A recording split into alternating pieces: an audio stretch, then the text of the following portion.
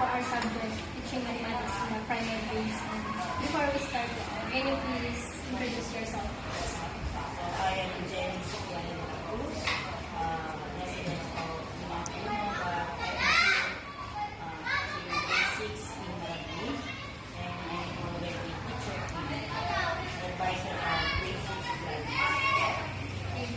Ilang taon ka na nagtuloy ng mga elementary? Elementary, 11 years. 11 years. 5 years sa kinder. Elementary sa grade 7. And kumusta po ang experience naman po sa Experience, evidence sa aking white hair. Stressful minsan, pero rewarding. So, please start with that.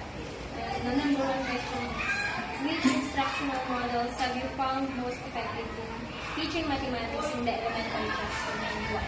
So, sa akin, sa grade 6 kasi, ang the best sa akin ay dalawa kasi explicit sa pattern. Sa explicit kasi, kailangan mo malaman yung higher knowledge nila. Kung ano yung alam na nila. Especially ngayon, grade 6, pero hindi pa nila alam ang basic operation ng fundamental equation. So, kailangan natin i-ano yung basic na alam nila para alam natin sa mathematics. Sa lesson. And then number two is, can you describe the best practice or strategy you use when applying these instructional models to help pupils understand difficult mathematics? So, sa akin, ang best practice ko is i-connect mo sila sa community. Magbigay ka ng example o magbigay ka ng example ng problem solving. I-connect mo yung mga nangyayari. Localization ba, yung sinasabi natin sa elementary na dapat localization. Alam nilang ikaw, bibili ka sa tindahan ni partido, ganon. Magbigay ka ng example na nakaka-relate sila dito sa community para alam nila yung gagawin. Yun ang usually yung kung bigyan mo ng example sa kanila. And then, isa pa is yung cooperative group work activity na mag-represent ng bawat group para andun lahat yung differentiated instruction yung group 1, iba ang gagawin, group 2, group 3. Ayun ang hirap. So, bali po kapag hindi lang po ka nag-stick sa isang strategy sila. Diba? Alamin mo kasi yung mga bata ngayon, hindi lang sila yung magkagaya ng traditional teaching noon na magsalita ka dyan, magbigay ng example, hindi. Magtatanong at magtatanong niya. Para malaman mo kung sino yung nasa lower at saka yung nakakaintindi. Hindi pwedeng ang tutukan mo lang is yung magaling lang. Hindi. Dapat i-assign mo kay group yung magaling, isang group, iwaras mo kumbaga sa ito para malaman nila yung. And how do you adapt or modify instructional models to address the diverse learning needs of your students?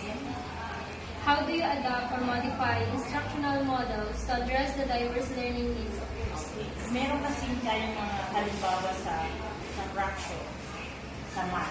May mga bata na hindi alam paano kukunin ang 1/2, 1/4, 1/8, yung sa akin sa proportion, So, meron kami mga ginagamit na mga modules diyan o mga models para ipakita sa kanila ganito. Ito yung katumbas niya. Tapos meron pa dyan sa blocks, ginagamit ang blocks. So, kahit po ano sa model niyo is nag-apply pa rin po Oo, ginagawa. nag-update sa kasi may mga batang hindi nakakaintindi ng yung basic. Siguro sa akin, mga 2-3 lang. Kailangan mong ipag-visualize sa kanila yung talagang exact. Hindi naman kasi kailangan hindi natin ng mga bata. Kailangan kong gumamit ng concrete na mga objects o concrete na visual aids para mas Can you share a successful classroom experience where you chose an instructional model greatly improve student engagement or learning needs? Share ko lang by batch. By batch kasi ng grade 6 ko for almost 11 years na nag-focus na advisory ng grade 6. May batch na as in kahit pilitin mo, hindi nila maintindihan. So ang sa akin, ang experience ko na naging successful yung batch na batch 2018, yung halos lahat sila marunong. Yung 70% of the class nakakaintindi.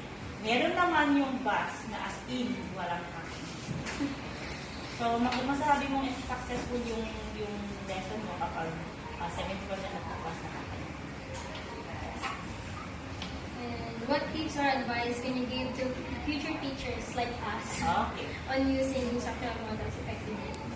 Okay, sa teachers kasi, kahit anong gamitin mong strategies, marami yan, depende yan sa interest din ng bata. Masasabi ko sa mga future teachers, mag-set ng goals. Discover ka ng mas magaganda pang method na kung saan pwedeng maka-adapt lahat yung mga slow, middle, average, at saka yung mga magaling. And more patience sa mga magiging future teachers. Ayun lang.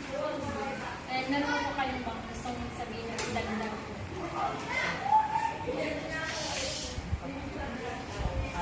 Sa mga teachers, kailangan natin gumawa ng mga maraming paraan or activities, differentiated activities. Kasi yung mga bata ngayon, hindi lang sila nakafocus na sa books. Minsan pa mas maraming may alam. Pero naman yung iba hindi nila naman. So, ano ko pa, kailangan mong maging laging ready sa bawat activities. Magbigay ng maraming activities. Kasi once na naborin ang mga estudyante, hindi na makikita. So, dapat active ang teachers, lalo sa elementary. Okay. Thank you. And good luck, future teachers. Thank you.